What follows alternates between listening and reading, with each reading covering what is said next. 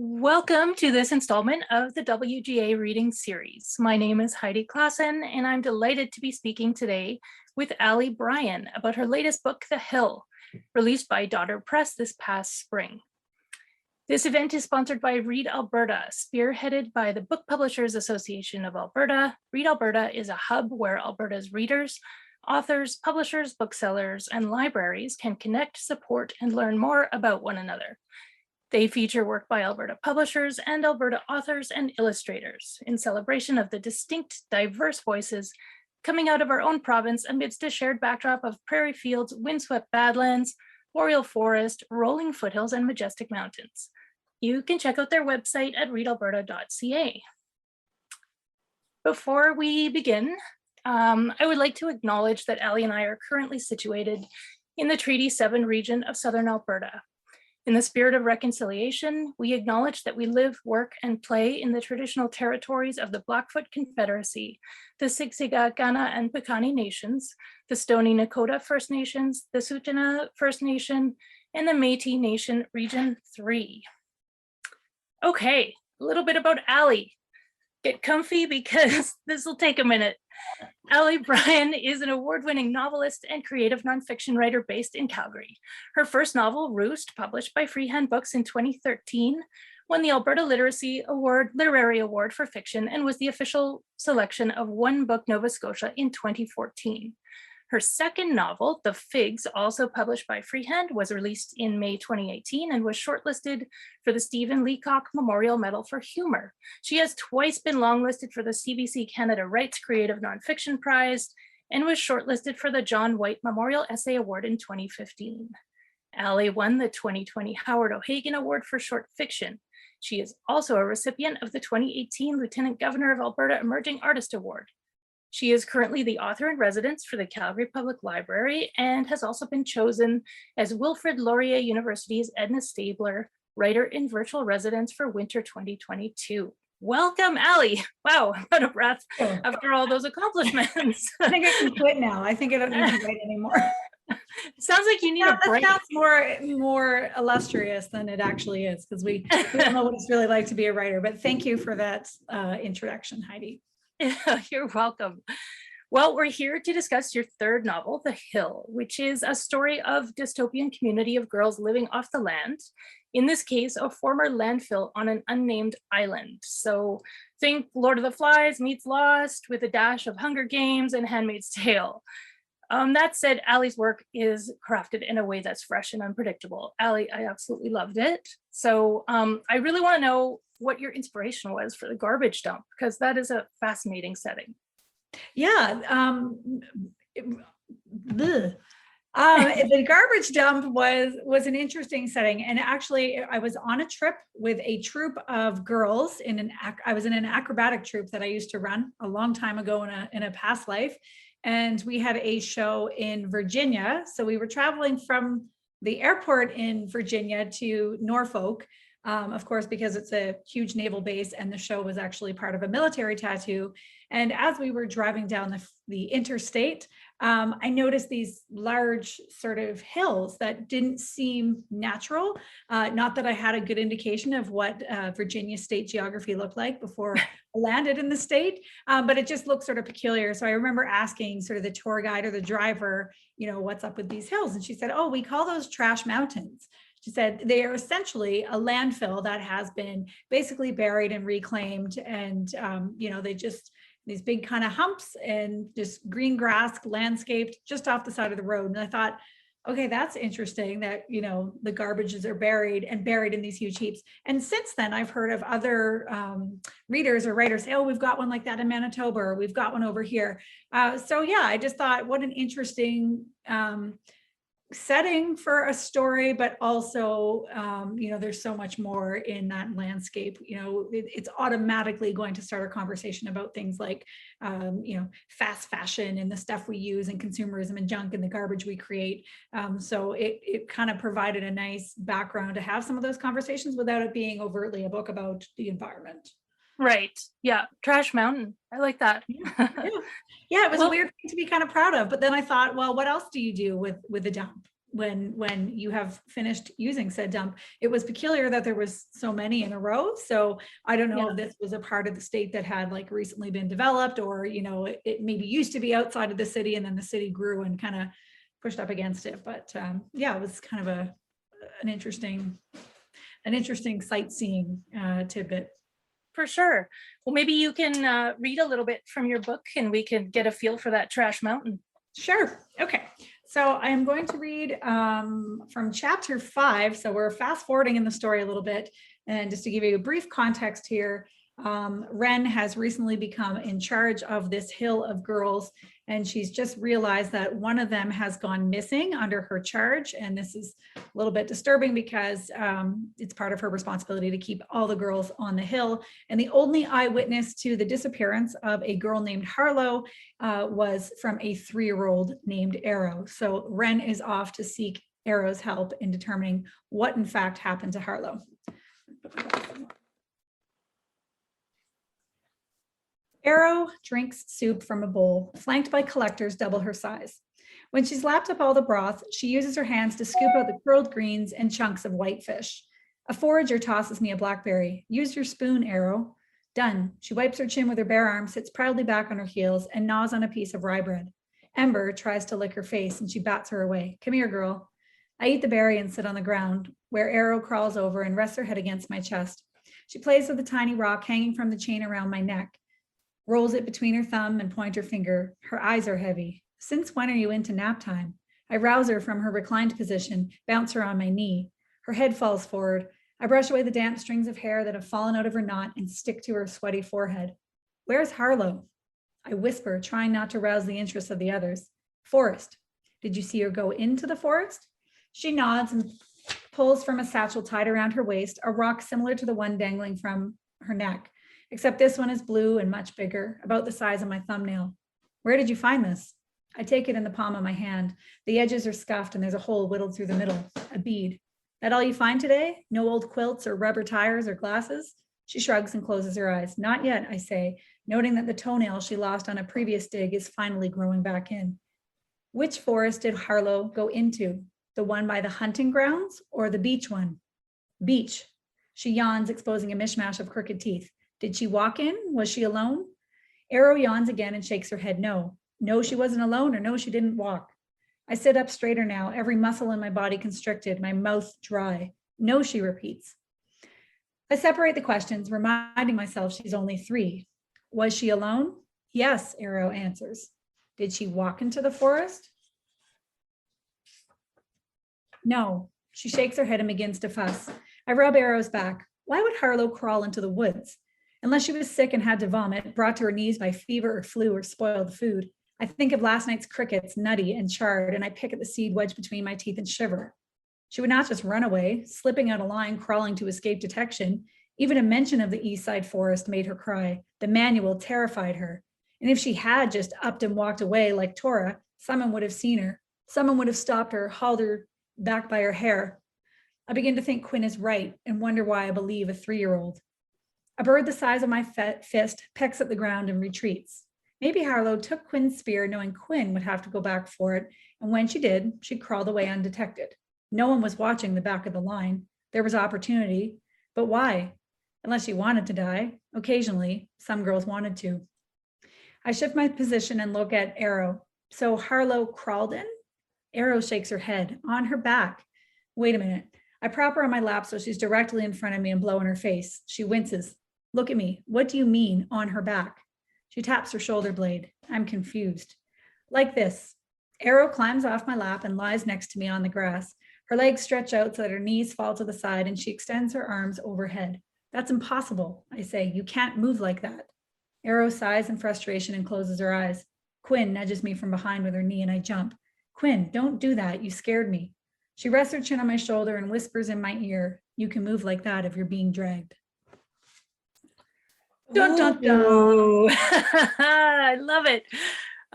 Wow, there are some really strong female characters, and the girls, I mean, this is a matriarchal society. So did you intend for this novel to be feminist, or did it just kind of evolve that way? kind of evolved that way. I mean, if you have a group of girls living together on an island, it's going to be inherently feminist just by the nature of it being an all-girl society. But I wanted to kind of examine girls in, I guess, in all of the way that makes them human. So, challenging, I guess, some of the stereotypes that we see in females. For example, there's a lot of girls who get angry in this book, and anger is not often an emotion that's afforded to females. We're kind of taught not to be, or if we are, then there's a stereotype that goes along with that. I wanted to write a book where girls could kind of explore who they were without a sense of shame. So, there's some girls that are sort of questioning their sexuality in this book. There's girls that are questioning sort of their role, both the assigned role that they've been given and, future roles. So there's girls in this book that, are horrified at the thought of being assigned to be a mother. And so I wanted to kind of look at all of these different ways to be a girl that I didn't necessarily see in literature. And just, I guess that automatically kind of made it a feminist book, because I guess my version of feminism, or what I subscribe to, is just the notion of women having choices, like being in a situation where there's choice. So in this book, the girls frequently have choice. They frequently are allowed to kind of express themselves without shame or judgment. And I wanted to make sure that those things were also not transferred to the boys in the book, because sometimes I think there's a propensity for feminist literature to maybe blur the line between, being pro-girl and anti-male. And it was important for me to have boys that also were not shamed for being male, and also were maybe not stereotypical sort of characters. So, the strong guy, they're the guy that can cry and have emotion and stuff. I hoped that those emotions were balanced in them as well. Yeah, I definitely think they were. And you're right. I mean, often if something is feminist, it's automatically, anti-boy, right? Yeah. But and if a woman feminist in that way of like, they pull the helmet off in battle and they throw their hair and it's like, oh, I'm a woman. And, so I wanted to sort of avoid those type of cliches too. And just kind of show girls and the way they can be funny, the way they can be gritty, the way they can be pissed off, the way they can be loving, the way they can be maternal or not, and kind of everything in between. Yeah, and you're right, without stereotype, right? Without that nasty woman. Yes, exactly. They're the angry woman, or she's lost it. She's crazy, like that. So it's classified as a YA novel, but much like the Hunger Games, the Harry Potter series, it has a really wide appeal for adult readers. So what do you think about these classifications? When you started writing The Hill, were you writing for a YA audience, or did you really think about that at the start? I actually intended it to be a middle grade book when I first started out, because at the time, my oldest, who's now almost 17, was 9.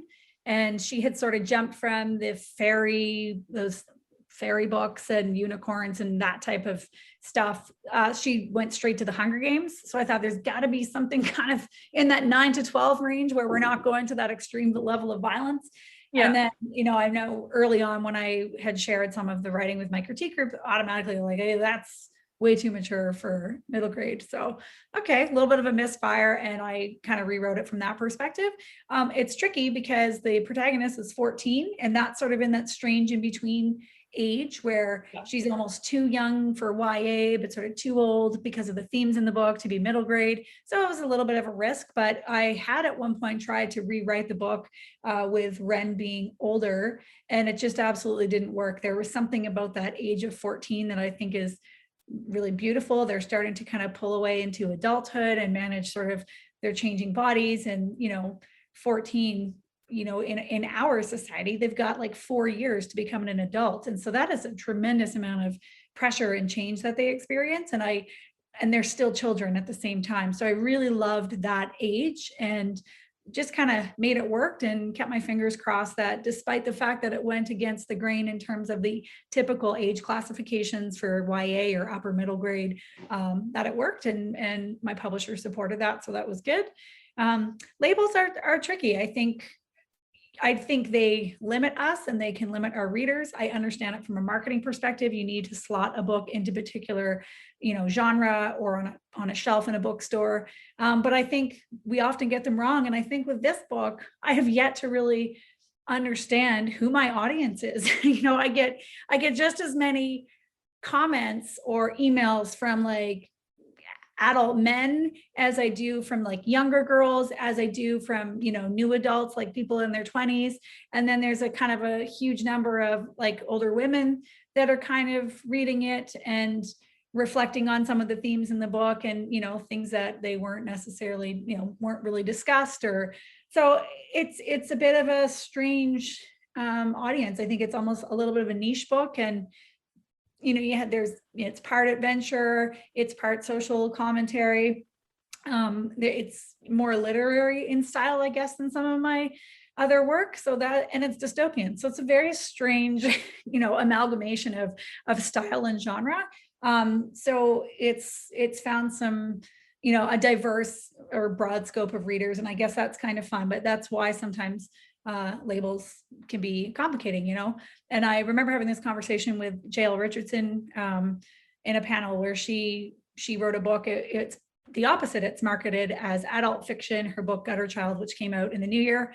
And I remember reading like the first page. I'm like, oh, this is totally YA. And she was like, she's getting that classification. But in that case, it was a business decision. The YA books are in the back of the bookstore. They're not, front of house on that opening table. Where the adult books are. And in both cases, her can be read either way. But that was my first instinct too. It's like, oh, this is totally like would be perfect for high school reading, but can be enjoyed by either. And I do think to some degree, dystopian is like that. Sure. I read The Hunger Games and I didn't read a ton of YA until that book came out because I was curious about it. So it's kind of found a very strange and diverse and interesting readership.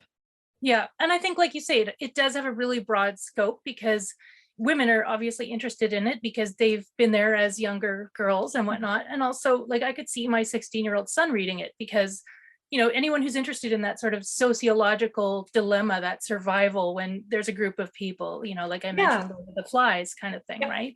Yeah. So you dedicated this book to your daughters. So how did your daughters inform the characters in The Hill?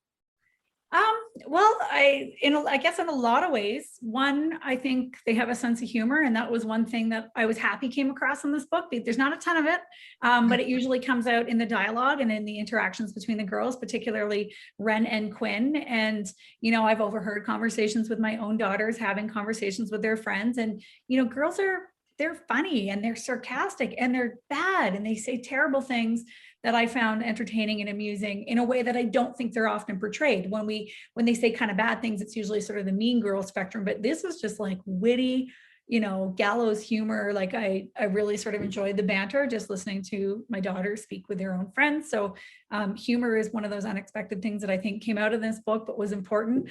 Also from a structural point of view, it was nice to kind of break up some of the tension of the book with the humor. Certainly the physicality of the girls. Both my girls are in martial arts.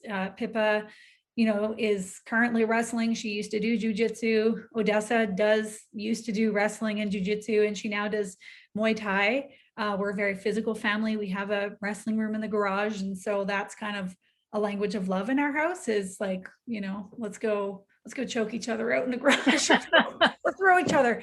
And so there was definitely that physical aspect that helped.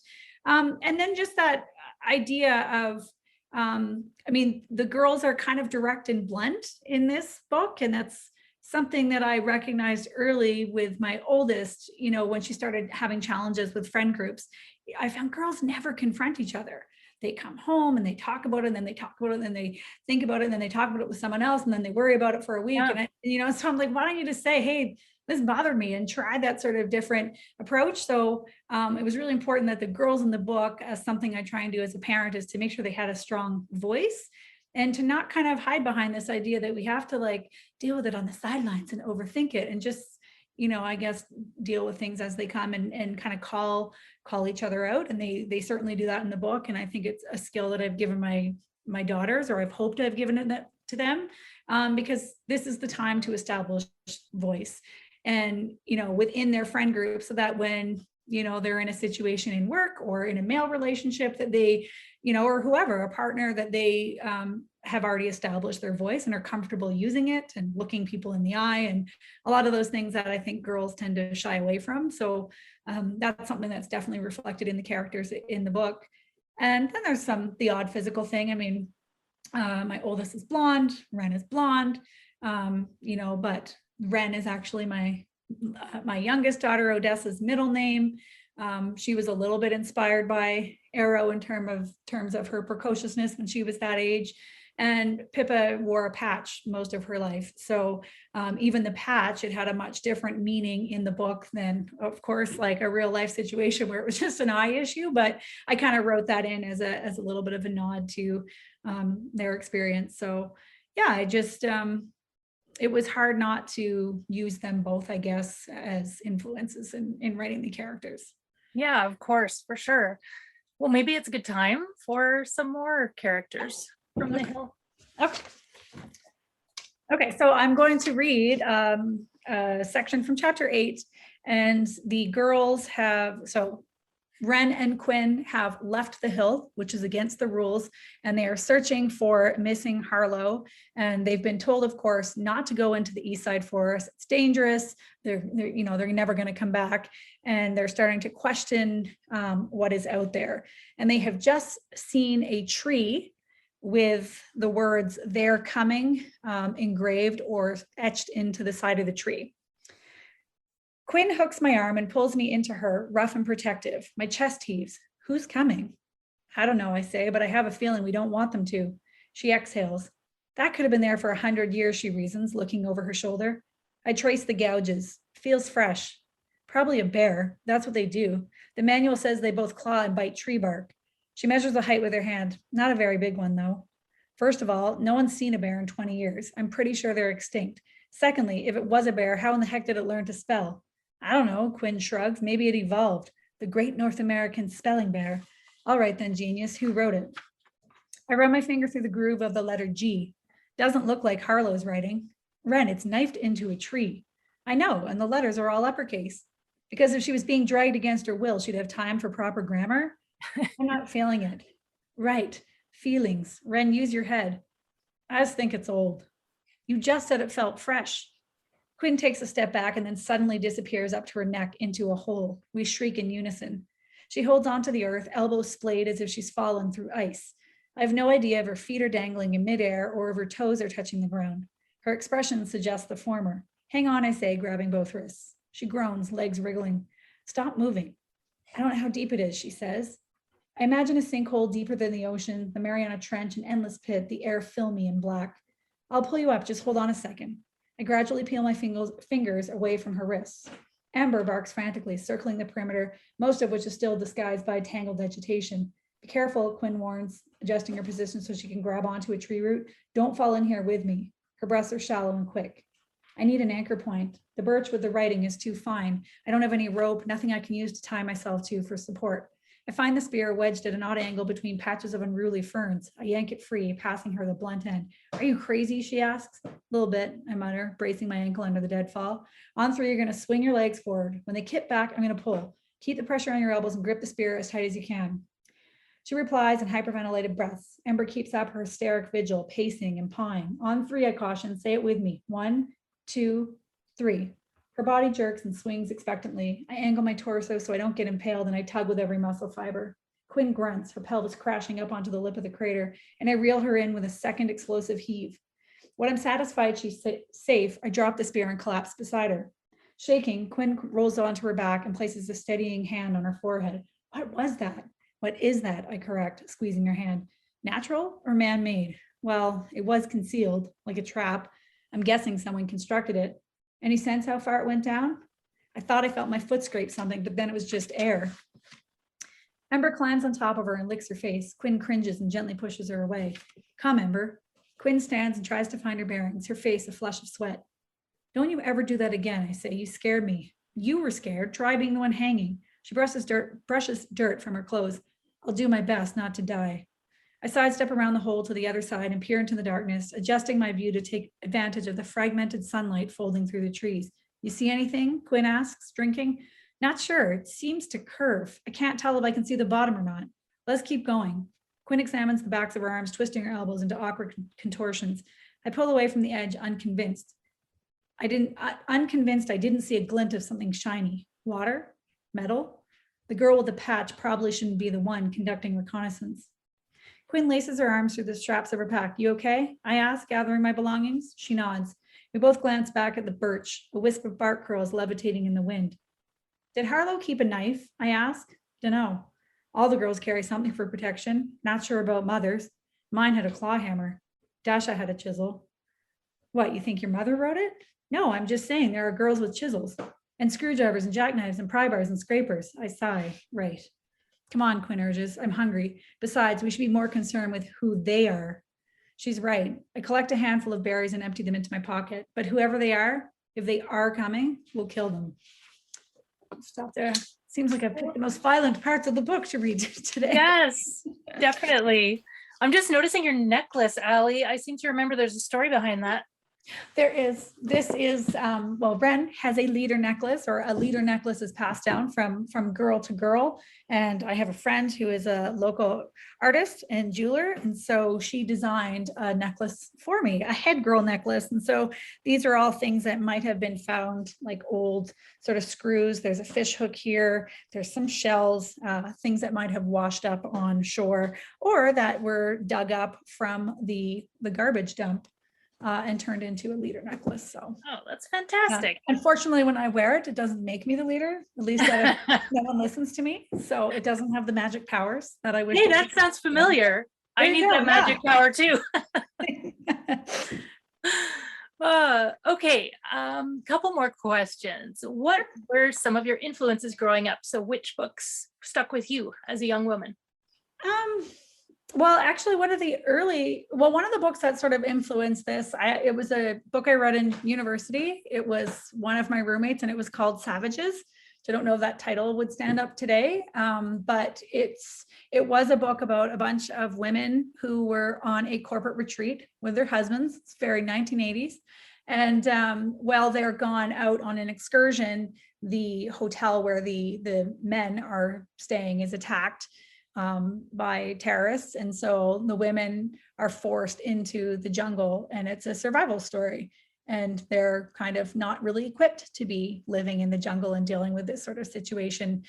So that was a strange, loose inspiration. It's kind of a cult novel. I don't think a lot of people know about it. And it was one of those random reads that I just picked up from my roommate and loved. So that definitely influenced The Hill. Other than that, I read a lot of the series books that most people would be familiar with. So like The Sweet Valley High, which I hated because I wanted to be the twins, Jessica and Sammy or whatever the name was, so badly. And then of course they probably had more of a negative impact because I couldn't be the twins. I couldn't have that hair and that lifestyle. So that's hard. And I guess that's part of the reason I made these girls very real. They're gritty and they're not maybe traditionally gorgeous and they're not from California. And because, I think that almost probably had more of a negative impact, but it's probably influenced just from other kind of pop culture stuff. The Cyndi Laupers and the Bananarama, some of those kind of early or later 80s girl bands. Later I was into sort of punk. So that's probably why there's a little bit of a rebellious streak in these two girls and the sort of, screw the patriarchy and screw the matriarchy eventually as I start to learn more and more about what the colony was up to and why they're on the hill in the first place. Yeah. And I guess like anything else from kind of growing in that time, we know, of course, in the 80s, we were either latchkey kids or we got to sort of free roam. And so I kind of brought that spirit, I guess, into this book.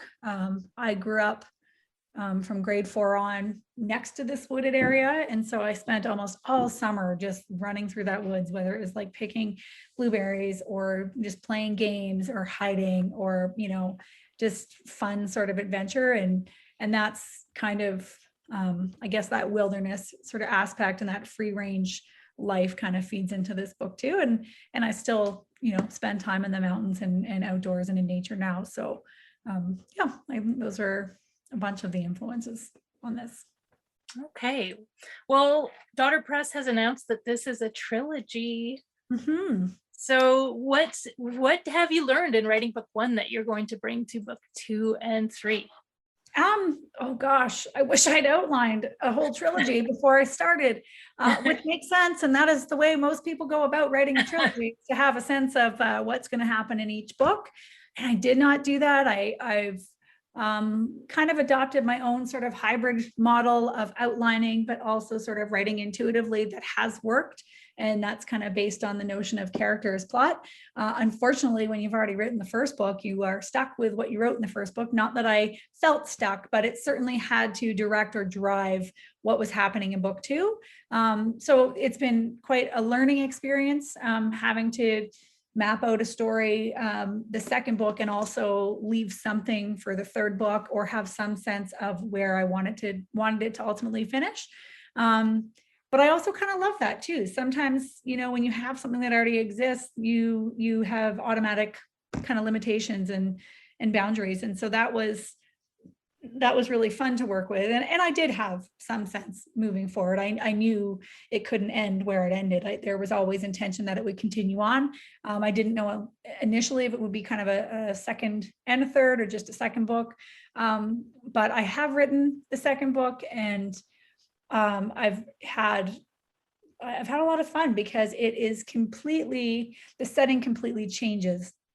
And so where you have this sort of wilderness feel, I can tell you the book 2 is actually called The City. And so it has a much more sort of urban feel to it. It's completely different. And so it makes it interesting for Ren to be navigating yet another sort of strange world. And this time she has no manual. So that's kind of a fun twist. Interesting. Any idea when we'll get to read The City? No.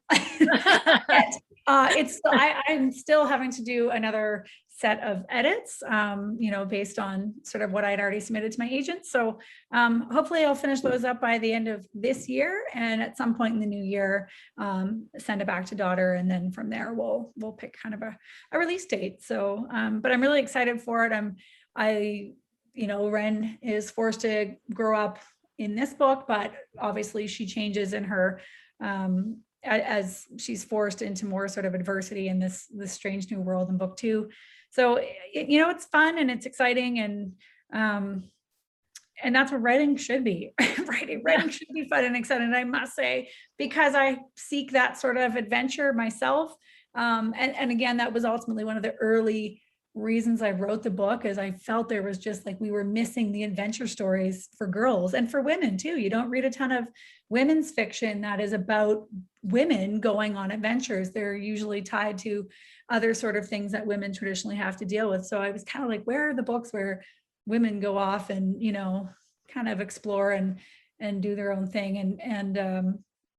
So in writing this, I guess I kind of vicariously got to adventure as well. And that was particularly nice during the pandemic, because we were locked down. So it was really absolutely easy to imagine being elsewhere than my house. Yeah, for sure. Well, and like you said, that's what writing does for us, right? And so obviously there's some Bryan in there as well as your daughters, right? Yeah, I think a little bit. I think, I certainly have done some traveling, not as exotic or as radical as what the girls do in the book, but I think having it taken away from us, and I'm reading Thomas King's Indians on Vacation right now, and it's all about travel. They're on a trip. The couple in the book are on a trip in Prague, and he's sort of like the character is kind of like me, could care less, and would be more than happy to be back in Guelph, but it's having the opposite effect on me. It's I want to go to Prague, or I want to go back and travel, Yes. And you don't realize until it's kind of taken away and those opportunities are gone. But it just put this real sense of I want to get out of here, and I want to go back to kind of exploring the world, and I want my kids to get a sense of that too before they often go to college and stuff themselves. So absolutely, yeah, for sure. Well, it's really been a slice, Allie. Thank you for your reading and for answering all my questions. It was really nice to dive into some of the inspiration behind the hill, and I'm looking forward to reading The City. Do you have a name for the third one yet? Oh, yes, it's called Mainland. Oh, So yay. yes, we eventually get there. We've figured it out. So, well, I would like to thank you, Heidi, for being such a thoughtful host with some really great questions. And thank you to Sadie McGilvery at the Writers Guild of Alberta, and of course to Read Alberta for providing this opportunity. And yeah, read Alberta books. There's a, talk about diversity in literature. We have it right here in this province, and so it's exciting to be a part of. Absolutely. And I think, I've said it before, but these kinds of events are really the silver lining of the pandemic, being able to have access to authors from all over Canada and Alberta specifically. But it's nice to have that during these weird and stressful times. Absolutely. And it's fascinating to see sort of what has come out in the last year. We do have such a diverse range. I know there might be a thread of Western aesthetic kind of going through each book. Every work is unique and spectacular in its own right. So keep reading Alberta books. I just actually picked up Barb Howard's new book, and so I'm excited to read that. And I think next week's reading is with Beth Sanders. I do know that much. Exactly. Yeah. Beth Sanders. Go Beth. All right. Take care, Allie. Okay, bye. Bye. Thanks.